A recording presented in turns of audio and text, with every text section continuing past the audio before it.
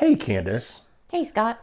We're going to do something a little different for our cold open today. All right. And that's because we have a correction to make. We do. Huge, actually. Huge correction. And it actually has to do with what we're talking about for the episode today. Okay. So we're going to be talking an awful lot about changes that are coming to Walt Disney World. Boy, there are a lot. There are a lot that we're kind of working through. And we have opinions. So We do. we're going to share them today. And I think we can go so far as to say that some of the announcements are maybe a little trauma-inducing for us. Oh, for sure. Okay. For sure. Okay. But the correction that we have to make first is a few weeks ago when we were talking about Galaxy's Edge and something else. I don't even remember what the conversation was fully about. But we said that Star Tours was going to be closing. Yes. And you are going to say, unfortunately, that's not true. I am going to say, unfortunately, that's not true. But that's not true. Right. So what did close down was Star Wars Launch Bay. Correct. Which Scott had in his head as being the same thing as Star Tours, but they are two different things. Yes. Star Tours is an attraction in Hollywood Studios. Star Wars Launch Bay was an experience where you could meet some characters and that kind of thing in Hollywood Studios, and is being replaced by Animation Courtyard. Right. So it too is an attraction. It's just a live experience, character interaction. Right. Attraction and not a ride attraction. Right. That no longer exists. Correct. But they have invested quite a bit of money into that Star Tours attraction in the last few years. So they've reimagined the story and there's multiple stories. The rewritability on it is fantastic because you have your original storylines, you have The Mandalorian, you have several others that are part of that story now. So it's not going anywhere, and our apologies. We like to correct things when we get them wrong. One of our listeners pointed out that, well, they didn't point out. They're just like, was that factual information or speculative information? And what I presented as factual was neither factual nor speculative. It was just wrong. Right. And thank you to the listener that brought that to us or to our attention. Yeah. We really appreciate it. And I mean, we can fully admit when we're wrong. Oh, yeah. And I mean, yeah. So thank you. So that's our correction. And now sit back, relax and enjoy the episode as we talk about 10 pretty major things, or we might get to 10. We'll see how we do. But several very big things that are coming and changing around the parks. And you may need a drink for this one. So grab that too, and we'll see you on the flip.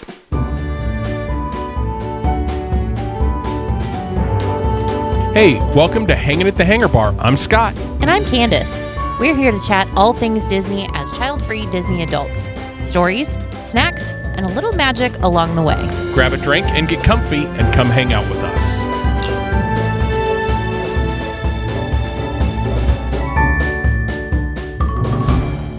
Hello, Candice. Hello, Scott. How's it going?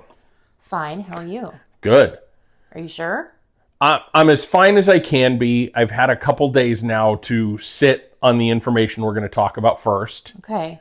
And while I'm not 100% bought in yet, I'm convincing myself I'm okay.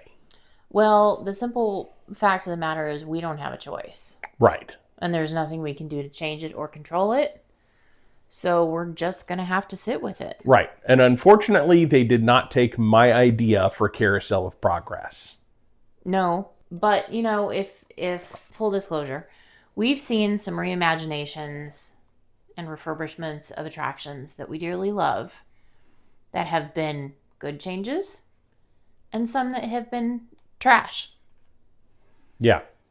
And the thing I think we can celebrate here, because you should always find something to celebrate every single day, is that regardless of the changes they make to Carousel of Progress, we will have been on it when it was good.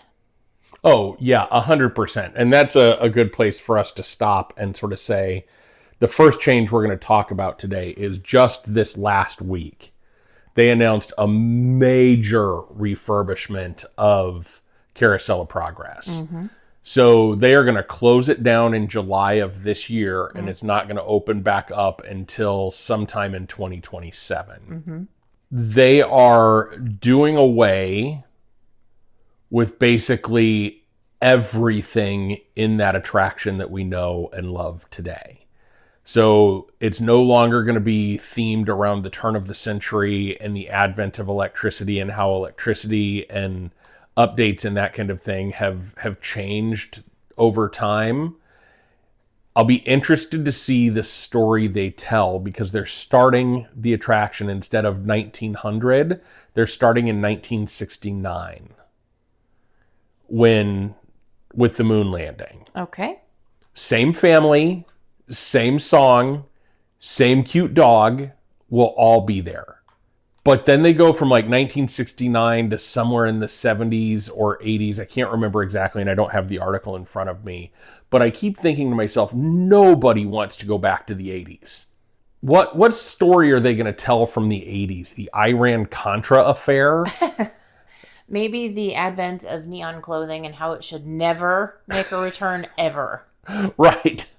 And yet it already has. Yeah. So we'll see. And I know there's a good story to tell about how progress is happening from 1969 through what we now see as the future.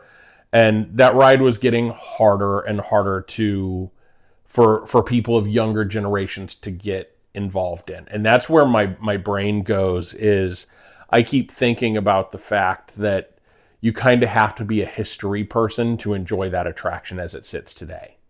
I don't know that well, I guess that is true, because the reason that I love that attraction so much is because Walt had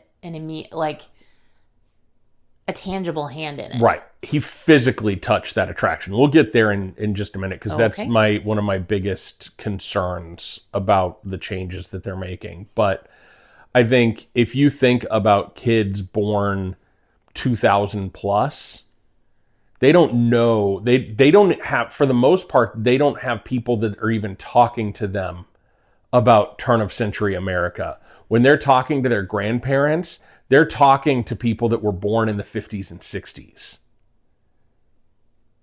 So when we were growing up, we couldn't imagine our parents or our grandparents or our even great grandparents that we knew living those conditions. Mm-hmm. People born 1990, 2000 and beyond don't have that connection anymore. It's a history book for them. Whereas now the Imagineers are like, let's bring this to a story where entire families can connect to the story. And when they walk out of it, grandma, grandpa can be talking about, yeah, I remember the moon landing. Mm-hmm. Instead of when we talk to even our parents, my mom used to say, I remember when we got electricity on the farm. Mm-hmm.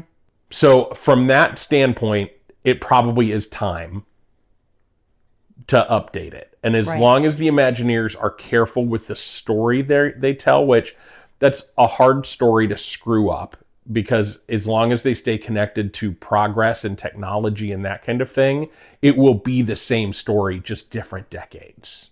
Mm-hmm. So where my biggest concern comes in is exactly what you were talking about, is this is the only attraction in Walt Disney World that Walt physically touched. Mm-hmm. And while they're putting a Walt animatronic in it, which is one of the new things that they announced, the opening sequence will have a Walt animatronic, it's not going to resemble anything like what Walt actually touched, other than a rotating theater. Right.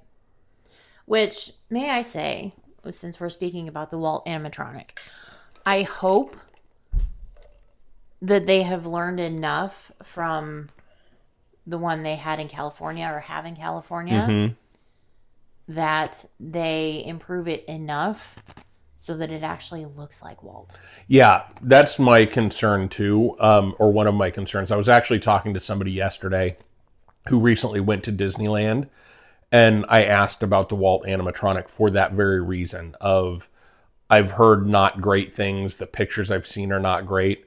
And they actually said that the Walt animatronic, when they were there in person, blew them away. So I think that, and Imagineers get better at everything the second, third, fourth time they do it. So the other thing is somebody made mention, or I saw an article that Walt never wanted to be an animatronic. I can believe that. And maybe that's because while he was alive, he didn't want a true living person to be an animatronic that's not a fictional character. You know what I mean? But he did it with presidents. Well, do we really know that they're real people? Or they're animatronics. No, do we really know that they're real people? Oh. Anymore, I don't know. Right. That's true. That's true. So yeah, I have some concerns. But ultimately, I think if we're going to continue to call it Tomorrowland, it's got to look forward. And maybe not this 1950s forward. Right. And maybe this means that they're going to invest in Tomorrowland as a whole. Which would be great because there's a lot of space right now where they could do a lot of really cool stuff. Yeah. They just need to invest the money to do it. Yeah. They've upgraded Buzz Lightyear. When I say really cool stuff, I do not mean just dumping in more IP from things that nobody cares about. Tron. Right. Yeah. Yeah, I agree. And I get your passion there for Tron because it's not something you attach to, but most people love that roller coaster. Okay, so let me say this about that. You know the stupid screen game that they now have in Spaceship Earth that needs to be updated as well? Yeah. What were to happen if they were to do an attraction based on that stupid game?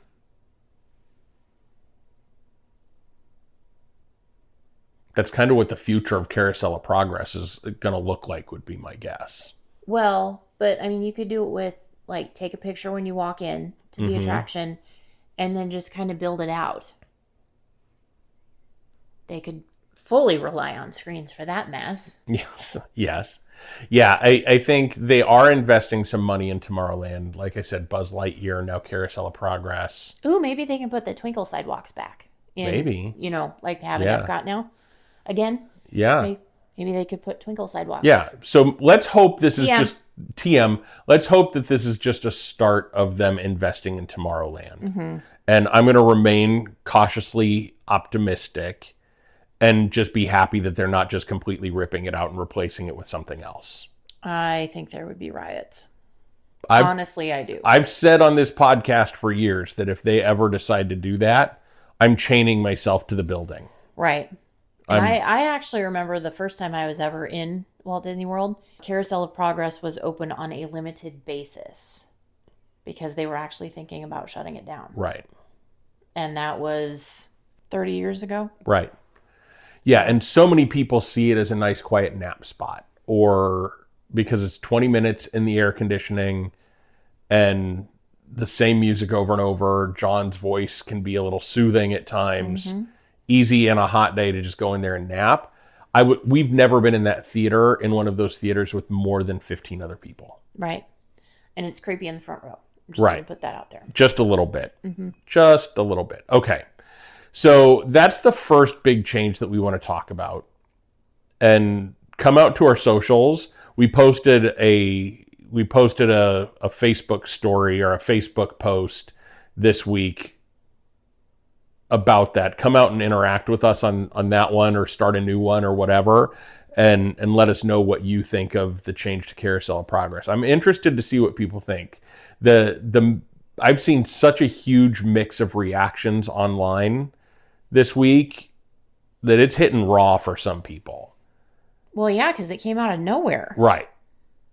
I mean, we did see the announcement about the Walt animatronic opening the thing, but we never saw about a complete refurb. Right. So this is like, but you just did the last scene, 2 years ago? Yeah. What are we doing? Yeah. Yeah, and in our post on Facebook, I shared the article to the Disney Parks blog where they actually show the concept art for the different scenes. And that actually looks really cool. Yeah. But I think as you stated, I think I am cautiously optimistic and hope they really honor the tradition of that attraction and keep some of that there. Yeah. And a Walt animatronic does not equal that for me. Right. Some of the pictures on the walls should be John and Sarah from previous generations or something. The weird washing machine girl could make some sort of a comeback somewhere. If she's not in the first scene, I'm just going to assume she really was murdered by John and Sarah at some point. Perhaps. Yeah. Okay, so let's move on to another ride attraction that has recently opened. And then we'll bounce around to some bigger changes after that. Okay. But Rockin' Roller Coaster featuring the Muppets soft opened a couple weeks ago and is like, I think this weekend launching. Yeah. Hard open. So what are your thoughts about what you've seen from the Rockin' Roller Coaster featuring the Muppets changes? So while I'm sure it was very, very well done, because they changed the music, they changed the pre-show, they changed the style of the whole thing, I'm looking forward to it. And this is from a person that never rode on Rock and Roller Coaster starring Aerosmith. I absolutely adore Aerosmith. They're one of my favorite bands ever. But I have a hesitation about it too. Okay, what's your hesitation? My hesitation is that I almost feel like it's sort of a forced issue. Okay. And I could be very wrong about that. But it's almost like they made that change to placate the people that were so upset about Muppets Courtyard going away. I did see an Easter egg that I'm really happy is there, though. The picture of Jim Henson as a Muppet that was in Muppet Vision 3D is in the queue or the pre-show area. I think it's in the exit, actually. Oh, even better. But it's there, and I'm glad. Yeah. Yeah, and they brought over Walter and... Statler and Waldorf? Yeah, Statler. I just combined their names like they're a couple. Statler and Waldorf. Right. They brought them over and they heckle people as you get off the ride. That's amazing. And it looks like the exact same animatronics that came. They probably just lifted them out of the attraction. Yeah. Yeah. That's awesome though. And hopefully, I mean, I know that Sweetums was a live character actor in a costume. It was a friends with Sweetums situation. I kind of hope that that's part of this as well. Yeah, I hope they figure out a way to bring that in. The one thing that I've seen video-wise that I absolutely love as well is the Imagineers put in such detail that the animatronic at the beginning in the pre-show of Scooter, they got it right clear down to a stick on his arm because that's what he looks like on TV and when you see him in shows. So it looks like it's actually a Muppet Scooter that's there instead of an animatronic. It would have been so easy for them to just build in, make it more lifelike because they could, but they decided, nope, this needs to look like a Muppet. Well, and you have to think with the close relationship that Disney has had with Henson Studios for the longest time. They're not going to do anything to dishonor this. Yeah. And I'm happy about that. Right. Yeah. And so you were talking about, did they force it because of the outcry of losing Muppet Courtyard? I don't think they did.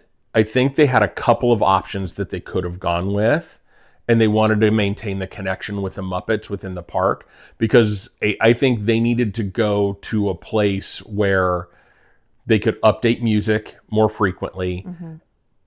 And they could do whatever was best licensing-wise from a music perspective without having to completely rethink it. So they couldn't have gone to a real band and used their music again because they would have run into the same situation. Electric Mayhem is a real band. You're right. They couldn't have done... They had to use a cover band. Okay. Even though Electric Mayhem does have a couple originals, they're primarily a cover band. Yes. So and they had find one at that. Right. They had to do a cover band of some sort that they could swap out music. I think it gives them more flexibility if they want to change the music for the holidays. They can do that. If whatever the Electric Mayhem is playing, that ride can play. Versus if it's an Aerosmith attraction, they have to use Aerosmith music. If it's a Neil Diamond attraction, they have to use Neil Diamond music. But I think when are we getting that? Yeah. But they could have gone something like Powerline from a Goofy movie, Or what's the one from Turning Red, the band from that? Oh, Four Town? Yeah, Four Town. They would have had to do something like that to accomplish the same thing. But I think the Muppets gives them more opportunity to collaborate with people. There's a tighter connection for more people to the Muppets. And again, we talk about Disney making changes that feel like they're putting an investment where they should put an investment. Thanks, Josh Tomorrow. This is one of those things where it feels like if they're going to update with the Muppets like this, are they going to start treating the Muppets overall the way Disney should have?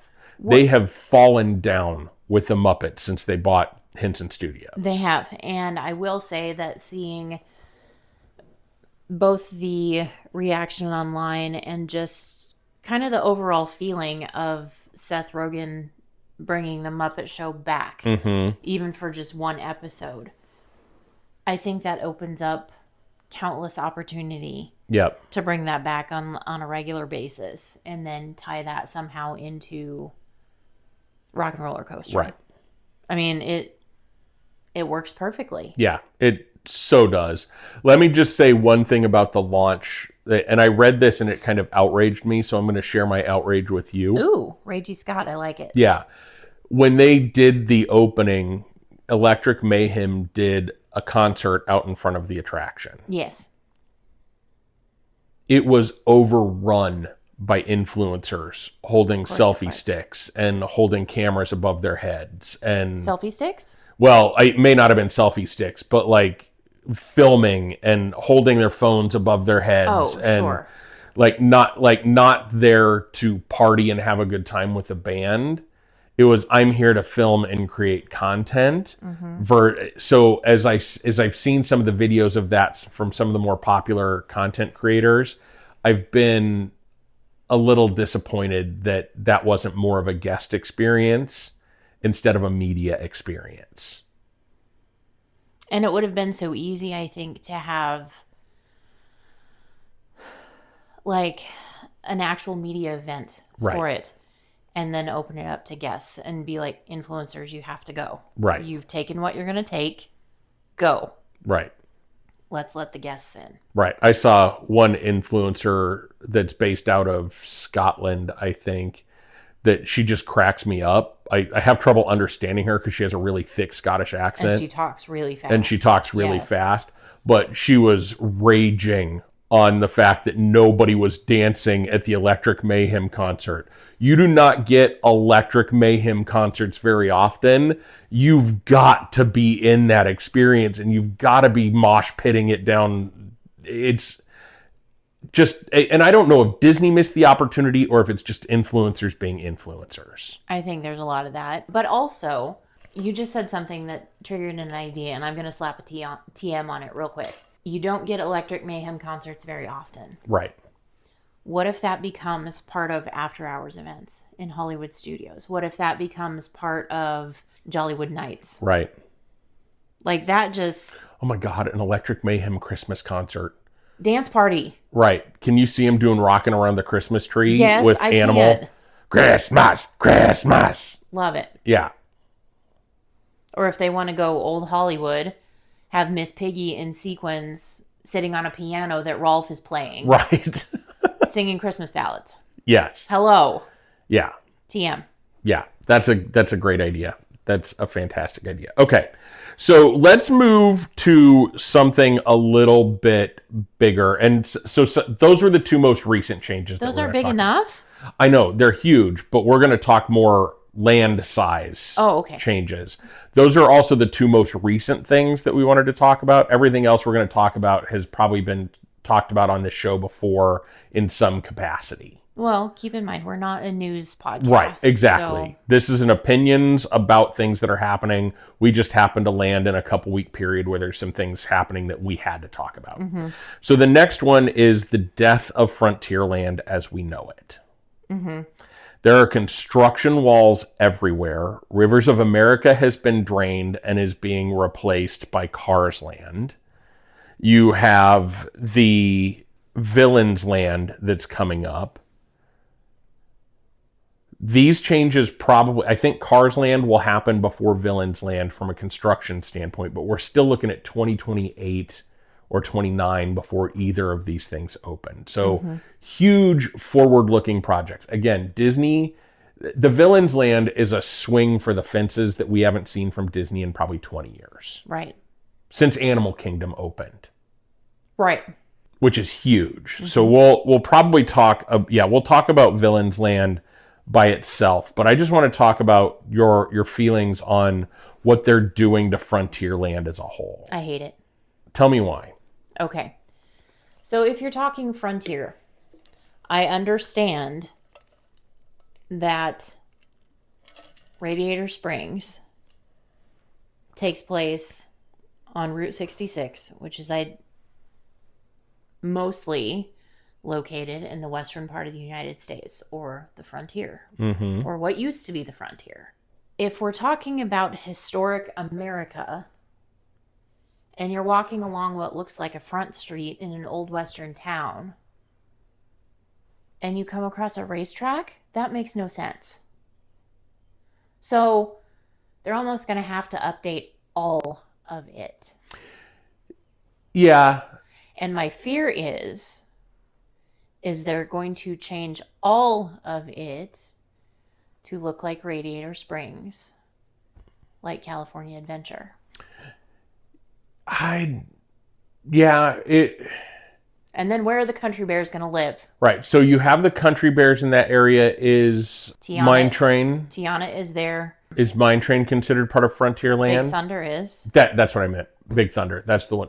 They're both railroads. Whatever.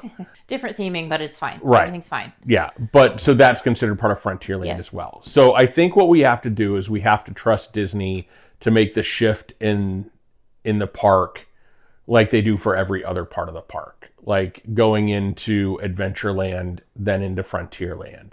You don't necessarily feel a stark change there.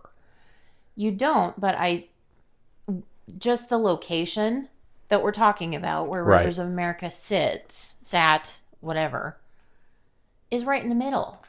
So if you do that shift from Adventureland into Frontierland, and that nice gradual change where buildings change slightly, the ground changes a little bit, your landscaping changes and the music changes. But then you have to shift again as you're walking past Cars Land, or whatever the F they're calling it. Piston Peak. All right. That's stupid, but whatever. And then once you're past that part of it, you have to shift back into Frontierland for a very short time until you go into Liberty Square. Right. Yeah, it'll be interesting to see how they do it. I think the Piston Peak idea, and to their credit, I'm not defending them because I am also very nervous about that change and how it kind of fits. To the Imagineers' credit, Piston Peak comes from Cars 4, which is planes, I think. Like Piston Peak comes from the movie Planes. That gives me a headache. Fire and Rescue or whatever. So it's going to feel like mountains. It's going to feel like, I think from a theming perspective, it's going to feel Grand Canyon-y. Just like the Racer one in California Adventure. Yeah, 100%. But I think if they put the ride back far enough to where you don't see the cars go ripping through next to Country Bears or next to Mine Train or whatever. Big Thunder? Yeah. Whatever. No, it's not whatever. Mine Train is in another part of the park. We don't want to have to do another correction in a couple weeks. That's...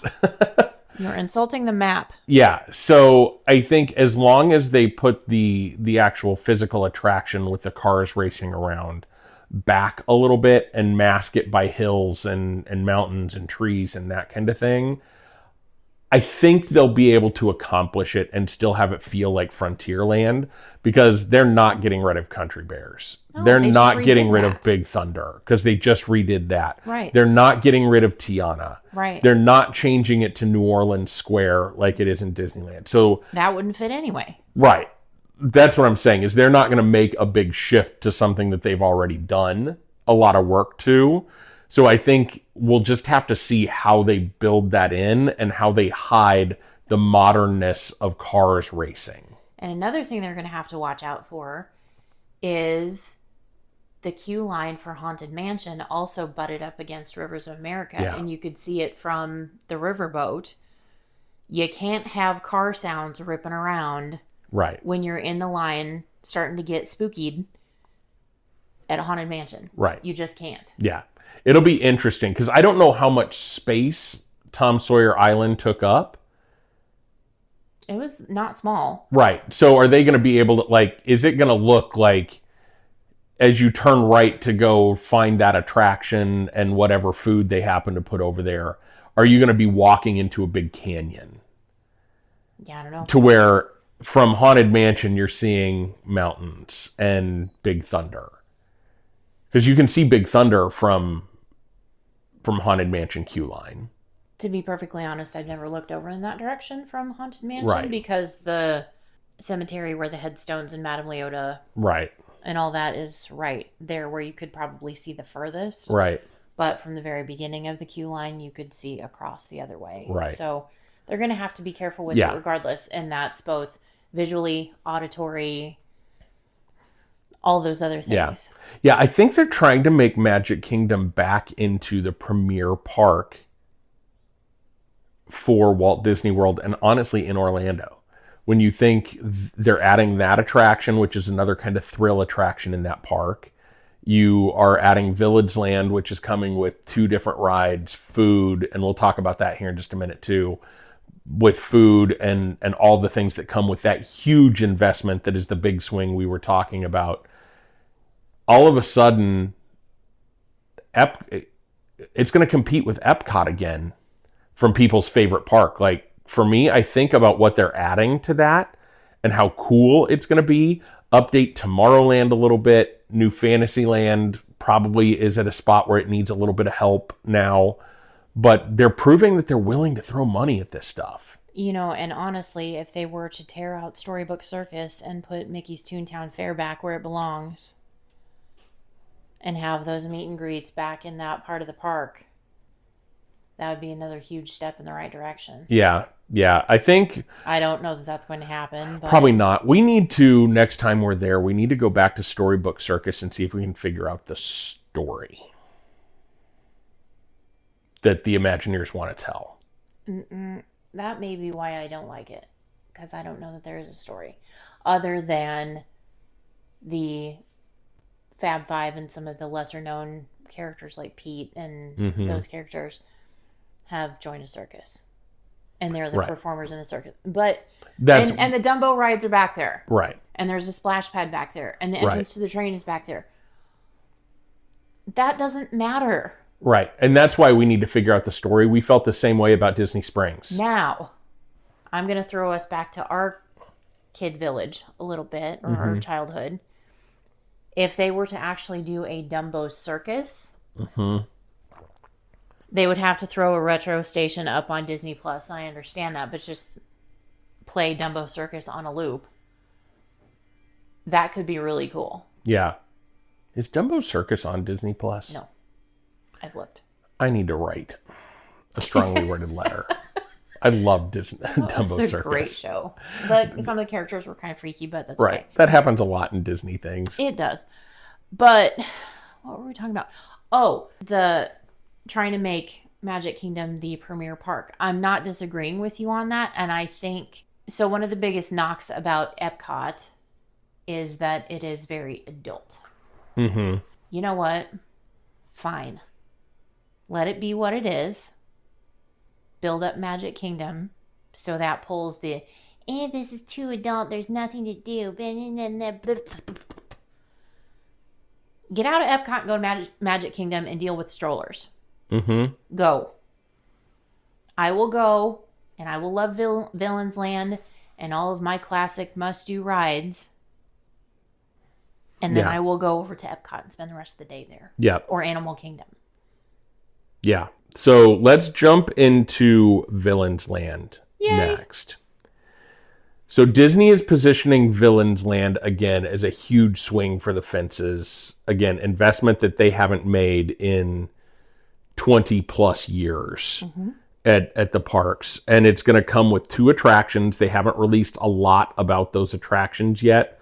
They've release some hints and that kind of thing, but we're far enough away that they're not really talking about it much. There's rumors out there, but those rumors aren't coming directly from Disney, so we won't spend a lot of time talking about that. But I think in terms of like other big investments like Galaxy's Edge or Toy Story Land or even Pandora, this is not going to be based on one IP. Mm-mm. This is going to be based on all Disney villains. Which I think is so good. I think it's awesome. What does Disney... And maybe they don't have to worry about this, but does Disney have to worry about glorifying villains because they're building a land dedicated to them? Oh, for the love of Pete. Another villain. Yes. See what I did there? I do see what you did there. Good job. Thanks. You mean so that potentially impressionable people will go out and try and do things that Disney villains do? Or No. what are you talking about glorifying villains? I think what I mean by that question is, do you elevate the villain above the hero?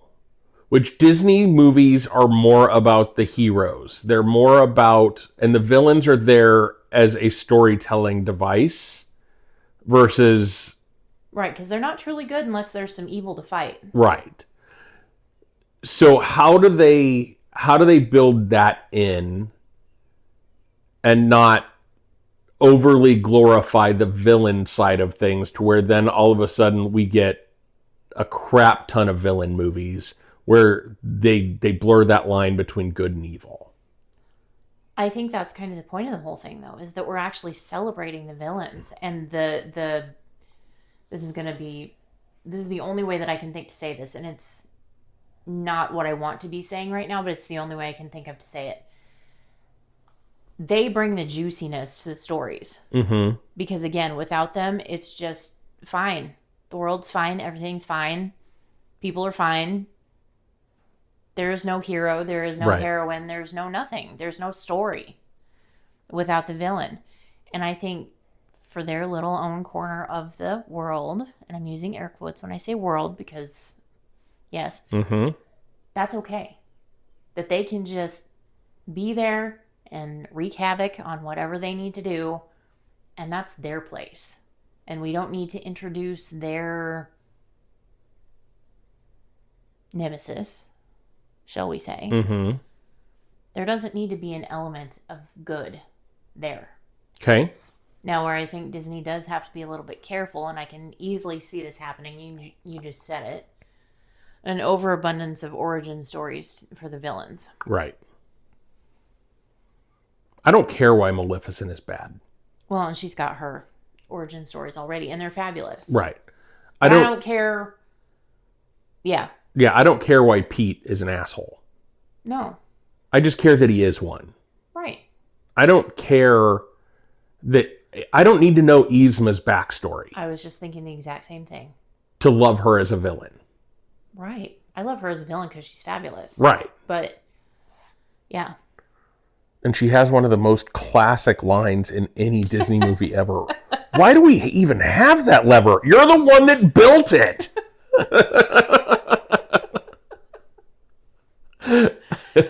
Exactly. So I think it's just about them being themselves. Yeah. So what do you want to see out of the attractions? We know there's going to be one that is probably a thrill attraction, and we know one's going to be more of a slow-moving family style attraction. Mm-hmm. So I'm thinking I don't think they'll put in another... I don't think they'll do like an Ursula spinny ride. Mm-mm.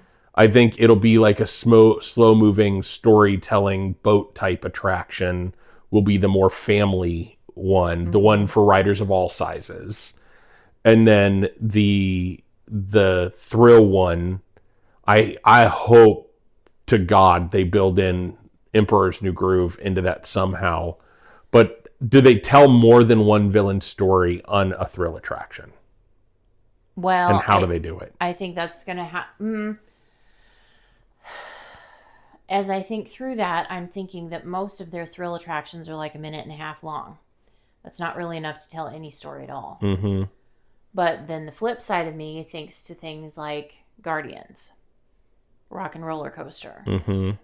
It also bumps up rewritability if you have different stories and you don't know what you're going to get until you get going. But they also have to be careful with the amount of screens and the number of things that you're going to make people try to look at while you're on a thrill attraction, because you're going to make people sick. Yeah, like Guardians and Rock and Roller Coaster, the ride doesn't change, the song does. Right, but you've got to have stuff to look at. Right, so that's what I'm saying, is that it could be the same base attraction, and then maybe you have a different villain narrating. Or play their song. Right, if the pre-show is how are the villains coming together to defeat everything? Like, what is the story of the land? Ooh, Fantasmic from the villain side of things. Yeah. They could totally do that. Mm-hmm. So I think there's a lot of really cool that would happen there. And I know they're not gonna tell their story too soon. But I think, as with everything Disney, that story has got to be so solid. Mm-hmm. You could put the greatest roller coaster on earth in a bad story, and it'll be cool for a year. Well, look at what they've done to Test Track. When we haven't been on the latest iteration, but look what they did on round 2. That was terrible. Yeah. And again, you drive faster than that on the interstate. Right. Yeah, that attraction, that specific attraction was never about the loop outside. No. But they tried to make it about the loop outside. Mm-hmm. And that's just dumb. And so as long as they don't do something like that with Villains Land, I think they'll do okay. I'm not a strong enough storyteller to kind of figure out how they're going to keep it all tied together. Is it going to be a story of like, this is where all the villains have... Is it going to tie back to that game that you play, where there's a village that they're all coming together and they all interact? Are they going to try and bring their stories together somehow so a Maleficent can hang out with an Yzma? Or are they in such different timelines and such different stories that people will get weirded out because you see them together? Or how are they going to tell that story of more than one villain? Right. So it'll just be interesting. I know Disney can do it, but I'm just curious to see how they do it. Mm-hmm. So, yeah. Anything else from Villains Land? I'm so excited. I am too. The other, we hinted at another change that we're going to talk about. So, with the release of Rock and Roller Coaster with the Muppets, that came at the cost of closing down Muppet Courtyard, Pizza Rizzo, and all of those kind of things for Monstropolis. Mm-hmm. Where are you at on that change? I'm conflicted. Me too. Because while Monsters, Inc. and Monsters University were fine movies and tell somewhat original stories, and of course, Boo is adorable. But yes, I'm saying that about a child. My thing is that there hasn't been anything around Monsters, Inc. happening in recent history. Mm-hmm. So why are we pulling that thread from that long ago to put in a thrill ride where you're riding on a door? I think that's it. I think if you think about a suspended roller coaster, it's the first one in a Disney property anywhere. And is there another suspended coaster idea like that you could steal IP from? Like, think of all the Disney movies, all of that, outside of potentially like Peter Pan or some of those other flying things, like going back and Cars and using planes, which is like, I get them using Piston Peak because it resembles Frontierland, but I think Monsters Inc. and that door, I think the roller coaster was the idea. They wanted to put in the Doors coaster, and then they said, let's build Monstropolis around it. Which I think I think if they do it properly and they really build it out with the detail that we know that Disney is capable of, I think it's going to be amazing. Yeah. But if it's just, here's a piece of theme over here, and this kind of looks like something, but it might not really be, and it's kind of stupid looking, and then you've got this big roller coaster. No. I think it's going to be like Toy Story Land. And every time they make a change to Hollywood Studios, I'm proven more right on my theory from when we first started this podcast. That they want to get you inside the movie. Yep.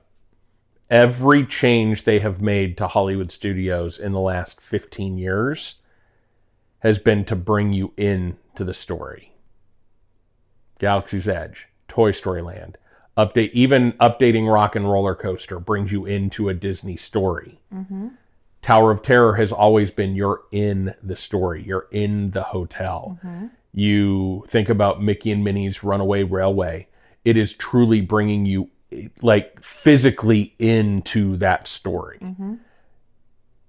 Everything they're doing in Hollywood Studios is making you a part of the story. And I think Monstropolis is going to be no different. I hope so. But we'll see. It'll be interesting. For their ride photos for that roller coaster, AI is getting good enough they could turn you into a monster. Mm-hmm. That would be hilarious.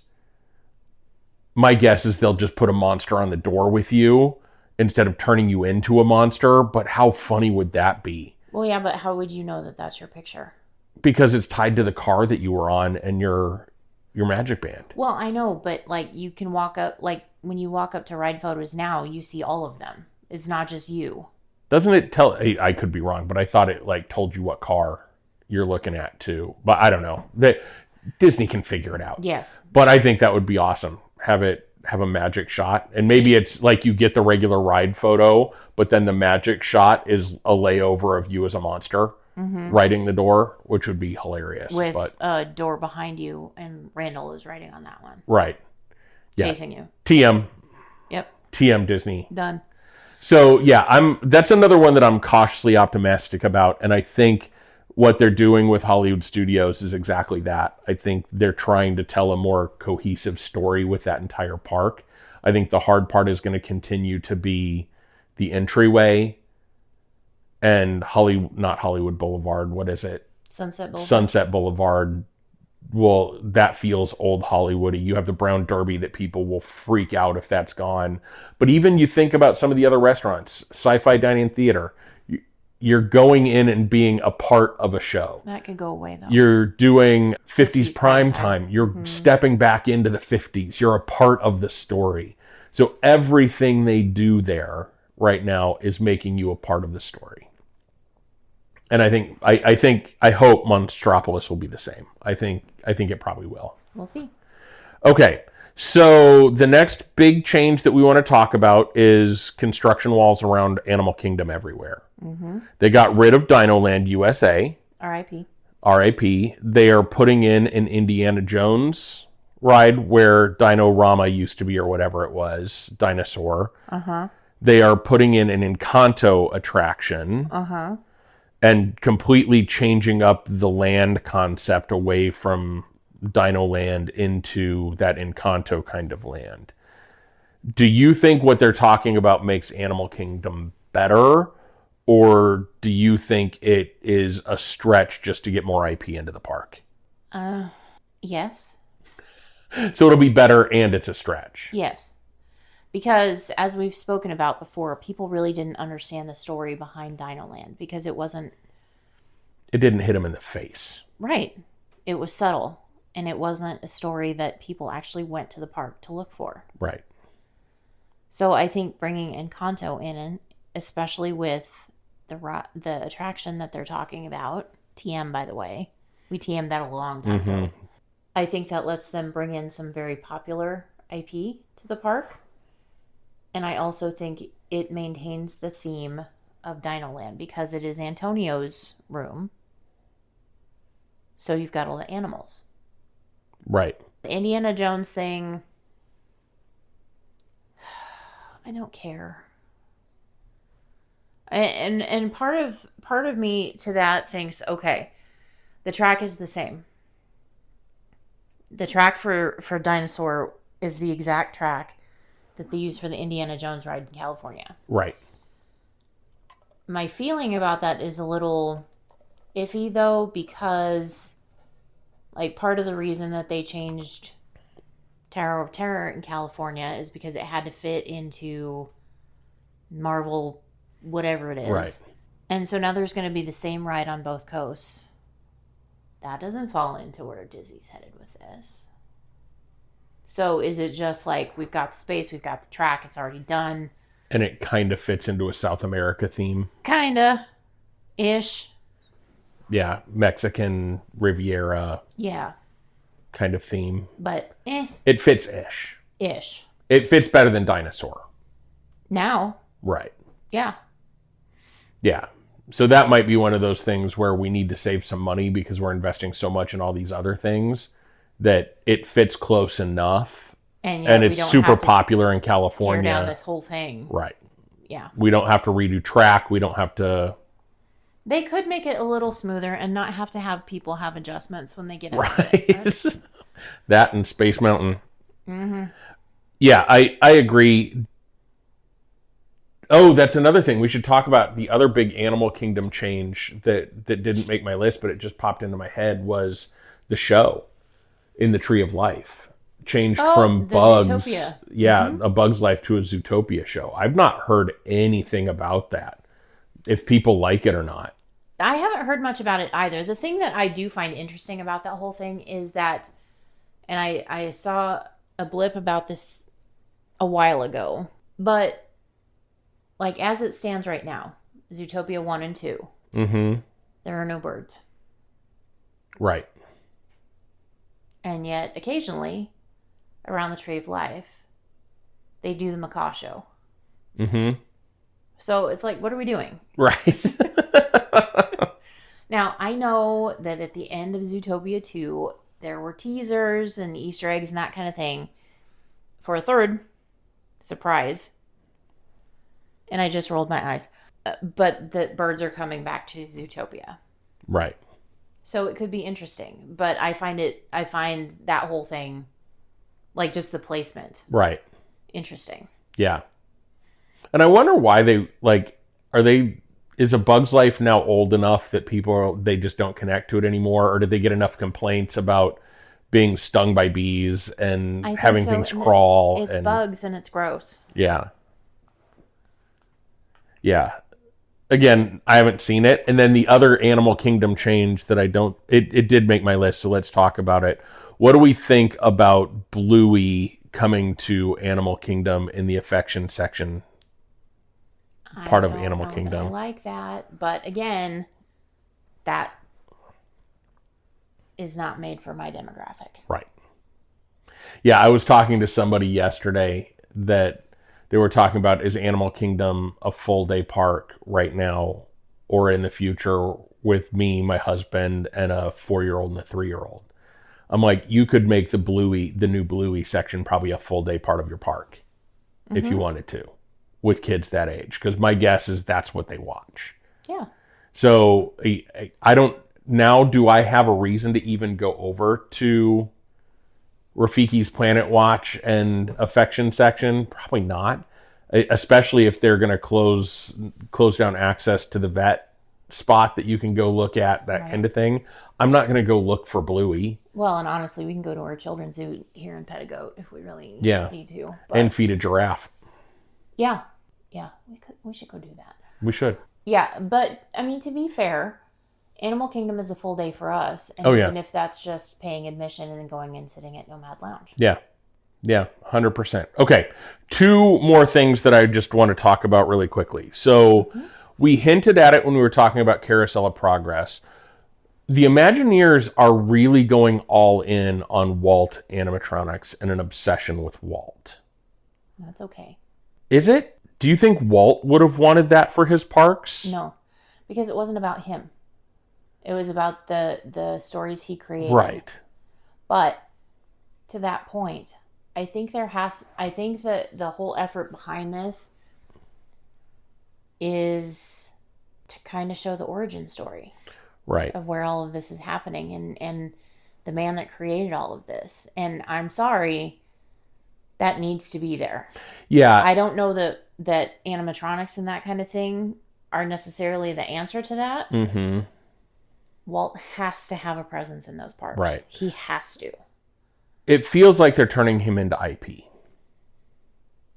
Instead He's the of original IP.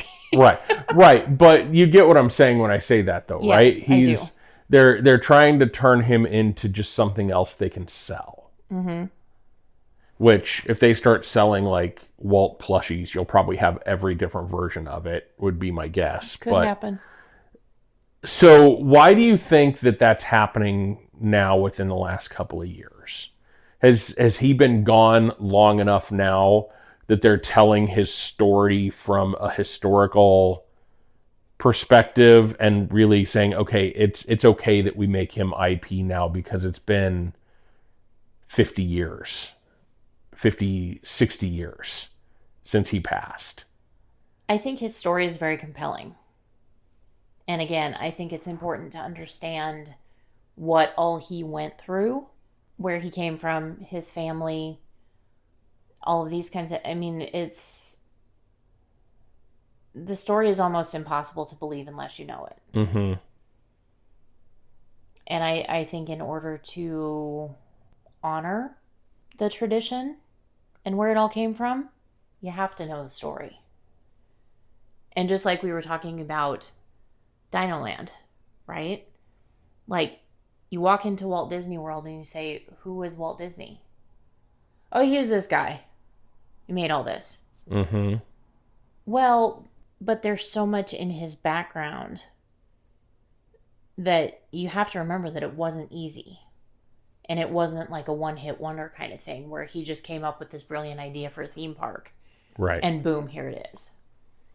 Right. And again, I don't know that animatronics are the best option for that. Right. What if he turns into John on Carousel of Progress? Like, what if it's a Walt story instead of... That would kind of be amazing. That's not what they're doing. I know. But that would be amazing. Yeah.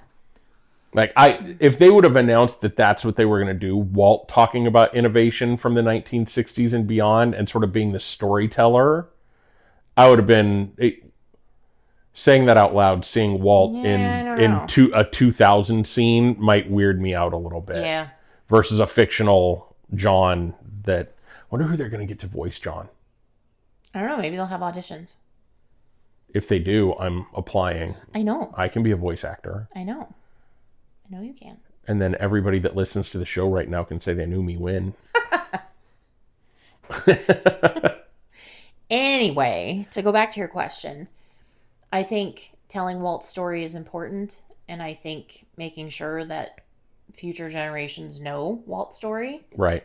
is very important. Yeah. Because that also differentiates Disney and Disney parks from any other theme park. Yeah. There's a reason Disney is different, and it all traces back to Walt and what he wanted. Mm-hmm. Yeah. Okay. So last thing that we need to discuss in this episode is let's talk about the amount of change happening right now. So you have Cars Land, Villains Land, Monstropolis, Tropical Americas, Carousel Reimagining, resort projects going on all over the place, and they're all happening at the same time. Mm-hmm. Is this another Disney Renaissance, or is it just construction projects at this point? I think it's construction projects, and I also think it's Josh D'Amaro saying, here I am. How much of this actually started with Josh, though, versus were planned before he was named? Well, but think about where he came from. He came from inside the parks. That's true. He was the president of the Parks Division. Yes. Parks and Experiences. So, yeah. And maybe some of this has been accelerated because he was named CEO. Mm-hmm. Like, okay, fine. There's now nobody that can tell me no. Right. I mean, there is. Right. Yeah, I think it's interesting. Do we think that this much construction all at once is hampering the guest experience? Yes. Because we've been in Epcot when there's walls everywhere. And you have to go 15 miles out of your way to get back to where you wanted to be in the first place. Mm-hmm. And I hope that when this is all said and done, I mean, it's never going to be done. But when the walls come down, that it's as fabulous as it could be. Mm-hmm. And not limited by stunted imaginations. Right. When we've been to Epcot with all the walls up, did you feel like your experience was less than? I did in a way, because you couldn't see some of the landscaping, some of the details, some of the everything that I know that Epcot is. Right. You just see walls. And yeah, they've got a quippy saying on them every now and then. It's still not the same. Right. Yeah, I struggle with that much construction, and I think people are having real planning crises when they're talking about Animal Kingdom. There's now 3 less attractions open. Is it worth me spending money to get into that park? Yes. Magic Kingdom has construction walls everywhere and things are closing. Is it worth my money to go into that park? Hollywood Studios is completely under construction. Is it worth my money to go into that park? I think as ticket prices increase, as they always do, the value when you have construction walls up. But to that point, like, I think about it from a business perspective. If Disney were to maximize guest experience and only close one thing at a time, this would be a 2060 plan instead of a 2030 plan. Mm-hmm. And with everything that Universal is doing, it's not Disney had to catch up, Disney had to stay ahead. Mm-hmm. And I think from a guest experience standpoint, just remember the cast members are really what make the magic.